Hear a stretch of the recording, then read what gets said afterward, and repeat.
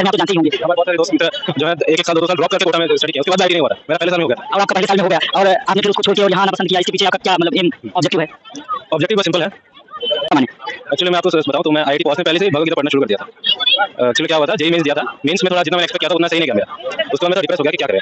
तो उस टाइम मैंने जो है मेरे मन में डायलॉग आया, अक्षय कुमार का डायलॉग, कौन सा? सारे सवाल का जवाब भगवद गीता में। तब मैंने भगवद गीता पढ़ना शुरू किया। तो जो 1.5 महीना जो मेंस जेईई मेंस का एडवांस की तैयारी होती है, तो 1.5 महीने में सिर्फ भगवद गीता पढ़ा। माता पिता से आप दूर रहते हैं, माता पिता कोई कुछ कहता नहीं है आपको कि आप ग्रुप में आ गए हैं, क्या कर रहे हैं, आईआईटी से बीटेक कराया था आपको, ऐसे बोलते हैं ना अमूमन भारतीय माता पिता कि बेटा मेरा आईआईटी से बीटेक किया, उनका भी कुछ सपना रहा होगा, जाहिर सी बात है कि रह जाएंगे कि किस प्रकार से एक लड़का जो अपना सर्वस्व निछावर करके पढ़ाई करता है, तैयारी करता है, जेईई मेंस निकालता है, जेईई एडवांस निकालता है और आईआईटी में दाखिला लेता है। आईआईटी में दाखिला हो जाता है, उसके बाद वो बीटेक करता है वहां से, और बीटेक करने के बाद जब वो कोई जॉब करता है, उसके बाद जॉब छोड़ के और ये सनातन की ही जो है कृपा है, सनातन की ही दिव्यता है, जिसमें वो एक सन्यासी बनने का जो है अवलोकन करता है। और हम यहीं से जानेंगे अब क्या है इनका इतिहास। नमस्कार, मैं अभी संगम में मौजूद हूँ, संगम क्षेत्र में, जहाँ पे आप देख रहे हैं कि किस प्रकार से संगम में लोग आ रहे हैं, स्नान कर रहे हैं, किस प्रकार से संगम की दिव्यता की अनुभूति कर रहे हैं। इसी कड़ी में जब हम आगे बढ़े तो यहाँ पे हमको ये भाई मिले जो जिससे हमने बात की, तो हमको लगा कि इनसे बात करनी चाहिए और इसको आप लोगों को दिखाना चाहिए। हम भाई से ही जानेंगे कि भाई की क्या गरिमा है, क्या दिव्यता है और क्या यहाँ पे अवलोकन की और कहाँ से आए, कहाँ क्या इनका इतिहास है, हम इन्हीं से तलाशने की कोशिश करेंगे। आप अभी सुनेंगे तो आप भी भौचक्के रह जाएंगे कि किस प्रकार से एक लड़का जो अपना सर्वस्व निछावर करके पढ़ाई करता है, तैयारी करता है, जेईई मेन निकालता है, जेईई एडवांस निकालता है और आईआईटी में दाखिला लेता है। आईआईटी में दाखिला हो जाता है, उसके बाद वो बीटेक करता है वहां से, और बीटेक करने के बाद जब वो कोई जॉब करता है, उसके बाद जॉब छोड़ के और ये सनातन की ही जो है कृपा है, सनातन की ही दिव्यता है, जिसमें वो एक सन्यासी बनने का जो है अवलोकन करता है। और हम इन्हीं से जानेंगे अब क्या है इनका इतिहास। महाराज जी कहाँ से हैं आप? हमारा जन्म हुआ है अगरतला त्रिपुरा में। अभी हम वृंदावन में वास करते हैं और यहाँ पे प्रयागराज कुंभ चल रहा है, तो यहाँ पे हमारी सेवा रहती है, तो उस सेवा के कारण हम यहाँ आते रहते हैं। महाराज जी पढ़ाई वढ़ाई आप कितना किए हैं, कहाँ से? हमने बीटेक किया था कंप्यूटर साइंस। माता पिता की सेवा करते हैं, उनका भी एक दायित्व होता है कि अगर बच्चा पैदा हुआ है तो उसको पढ़ाया है, हमने आईआईटी में पढ़ाया है, तो फिर आपने ये रूप धारण किया, इसका क्या कारण है, क्या आप मतलब हासिल करना चाहते हैं?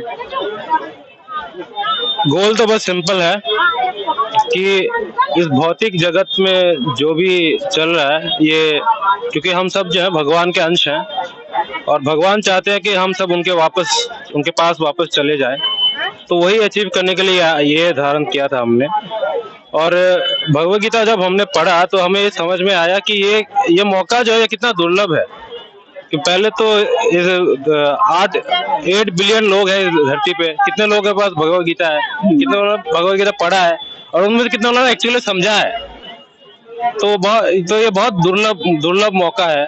महाराज जी आईआईटी भी एक अपने आप में ग्रंथ है, लोग ऐसा मानते हैं, बच्चे तैयारी करते हैं, कोटा जैसे शहर में आप तो जानते ही होंगे। हमारे बहुत सारे दोस्त मित्र जो है 1-1 साल 2-2 साल ड्रॉप करके कोटा में स्टडी किया, उसके बाद भी आईआईटी नहीं हुआ था।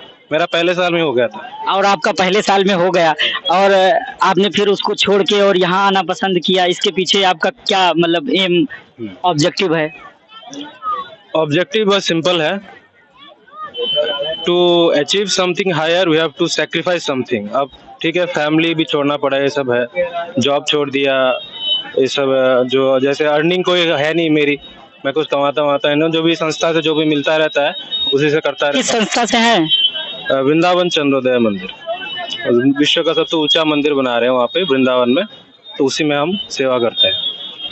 आपने ये कहा अभी कि ये भौतिक सुख है, ये आईआईटी में जब गया तो वहाँ पे वो दूसरा अपना ख्वाब था, कुछ करने का मन था हमारा, और उसके बाद जब हमने देखा कि वो उससे भी ऊपर कुछ कर सकते हैं।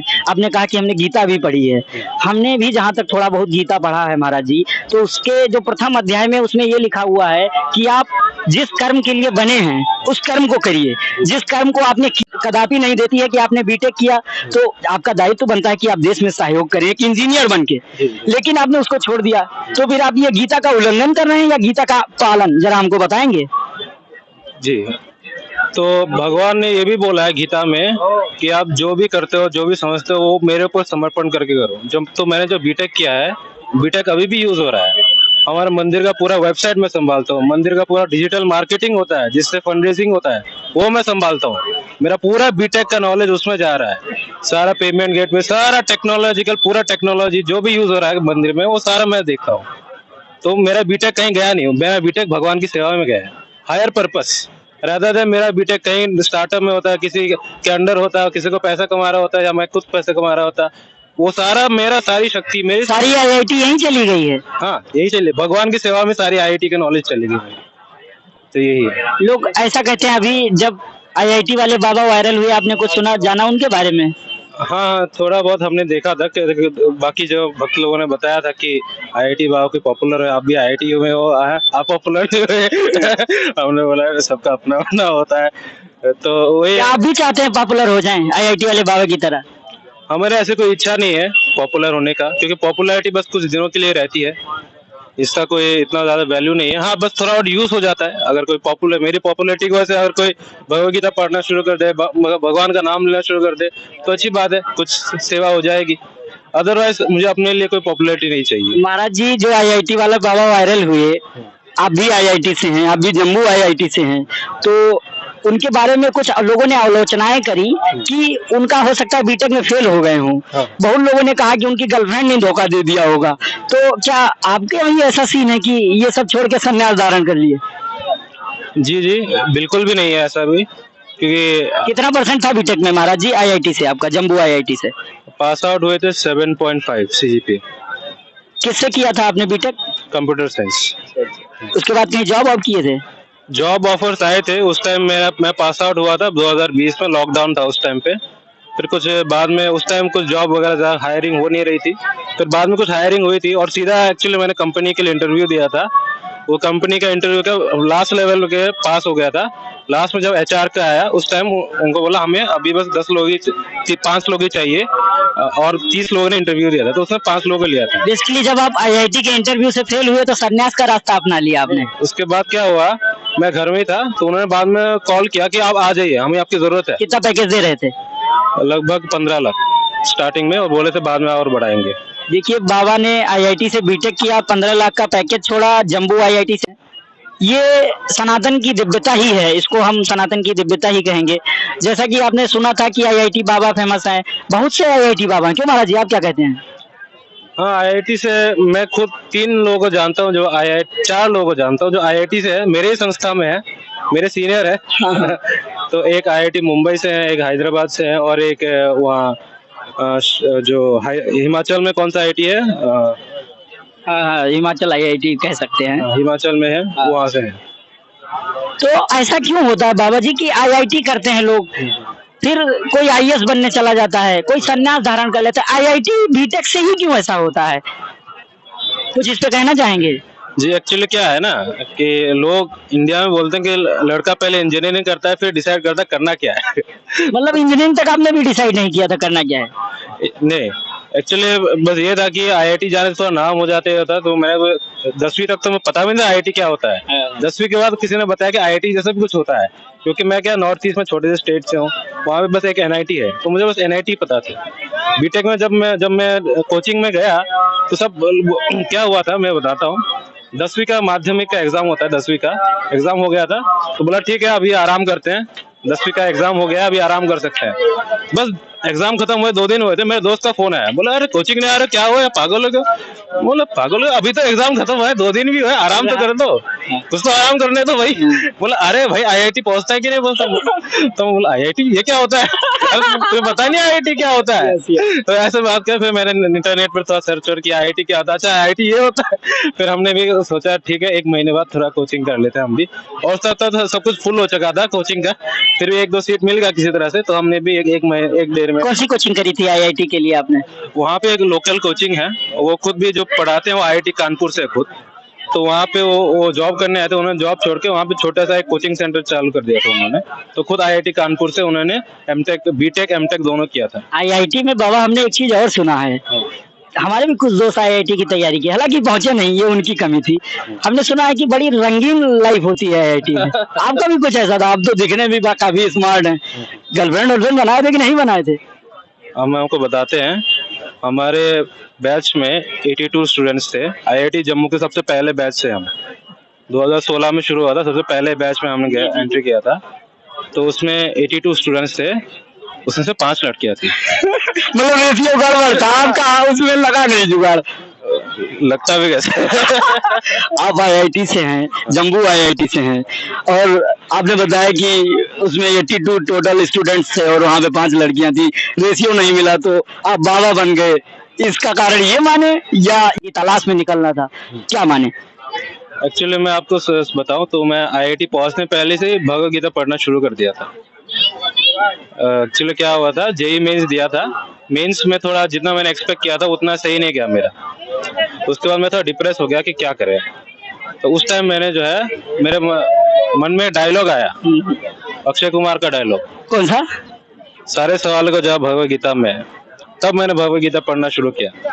तो जो 1.5 महीना जो मेंस जेई मेन के बाद एडवांस की तैयारी होती है, वो 1.5 महीना मैंने सिर्फ भगवद गीता ही पढ़ा। माता पिता से आप दूर रहते हैं, माता पिता कोई कुछ कहता नहीं है आपको कि साफ रूप में आ गए हैं, क्या कर रहे हैं? आईआईटी से बीटेक कराया था आपको, ऐसे बोलते हैं ना अमूमन भारतीय माता पिता कि बेटा मेरा आईआईटी से बीटेक किया, उनका भी कुछ सपना रहा होगा। जाहिर सी बात है, अगर हम यहाँ पत्रकारिता कर रहे हैं, कुछ पढ़ रहे हैं, तो हमारे भी माँ बाप की कुछ एक्सेप्टेशन होगी हमसे कि ये हम करेंगे। आपने छोड़ा, आपके माता पिता ने कुछ कहा नहीं? क्या कहते हैं, आपकी बात होती है उनसे? जी, अभी जस्ट कल ही मैं उनको कुंभ में स्नान करा के लेके गया हूँ। तो स्टार्टिंग में उनका था कि भाई बेटा तुमने इतना पढ़ाई किया, ये सब क्यों छोड़ दिया। फिर मैंने उनको धीरे धीरे समझाया कि लाइफ में सिर्फ पैसा ही सब कुछ नहीं होता है, पैसा से और भी ऊपर की बहुत सारी चीज़ें होती हैं। और क्या है, मेरे फैमिली जो है, फैमिली के जो परदादा दादा थे, उनमें से कुछ लोग भी ऐसे ही सन्यासी बन गए थे। मुझे पता नहीं था खुद, जब मैं खुद सन्यासी बना, मेरे दादी ने बताया कि मेरे पिता, मेरे दादा, वो लोग सन्यासी बन गए थे, उनकी वजह से तुम भी ऐसे बन गए हो। मेरे दादी ने ऐसे बताया। कितने भाई बहन हैं आप? मेरे एक बड़ा भाई, एक छोटी बहन है। दोनों क्या करते हैं अभी? बड़ा भाई अपना खुद बिजनेस करता है और छोटी बहन मुंबई में डिजाइनिंग स्टडी करती है। माता पिता आपके क्या करते हैं?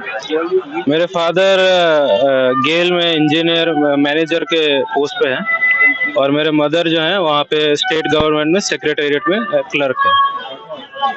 तो आपका इतना पढ़ा लिखा परिवार, इतना सभ्य परिवार, और आप इस रूप में, समाज को क्या लगता है, आपके आस पड़ोस वालों को, गांव घर वालों को, कि लड़का उनका पढ़ा?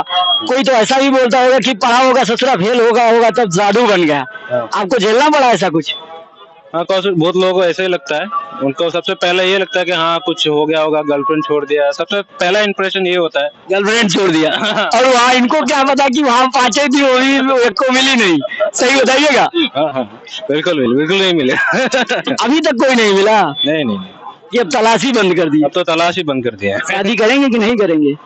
मिल जाए तो ठीक है। शादी करेंगे? शादी करने का हमारे संस्था में क्या होता है, नियम होता है कि 5 साल आपको ब्रह्मचर्य मिनिमम रहना होता है। उसके बाद अगर आपकी इच्छा है तो आप कर सकते हैं। तो शादी करेंगे तो फिर वही गांव जाएंगे, फिर वही परिवार होगा, फिर वही संसार होगा। शादी के में क्या होता है, आप हमारी न्यू कीजिए, आपको संस्था में थोड़ा सा जगह दे दिया। अभी आप दूर नहीं हो पाए हैं बेसिकली मोह माया से, आप आने की बात कर रहे हैं महाराज जी, इस पे क्या कहेंगे? हमारे गुरु ने एक्चुअली ये सिखाया था कि आपके जो आश्रम है, 4 आश्रम होते हैं, ब्रह्मचारी, गृहस्थ, वानप्रस्थ, संन्यास। इन चारों आश्रम का इतना ज्यादा मूल्य नहीं है। मूल्य ये है कि भगवान की सेवा आप कैसे कर रहे हैं। तो यहाँ ये जो दशाश्वमेध घाट बैठे हैं यहाँ पे चैतन्य महाप्रभु जो हमारे पूर्व आचार्य हैं, जो भगवान के अवतार खुद हैं, वो यहाँ यहीं पे स्नान करने आए थे। इसी वजह से मैं यहाँ पे आया था। मैं कुंभ स्नान करके आ चुका हूँ, फिर भी मैं सोचा यहाँ दशाश्वमेध घाट है, यहाँ पे हमारे पूर्वाचार्य चैतन्य महाप्रभु खुद आए थे, तो मुझे भी यहाँ आना चाहिए। तो उन्होंने ये बोला था कीवा विप्र कीवा नाशा। तो उन्होंने ये बोला कि कोई साधु हो, चाहे वो सन्यासी हो, चाहे वो ब्रह्मचारी हो, चाहे वो वानप्रस्थ हो या फिर वो गृहस्थ हो, उससे कोई फर्क नहीं पड़ता। जय कृष्ण तत्व जाने जय गुरु हो।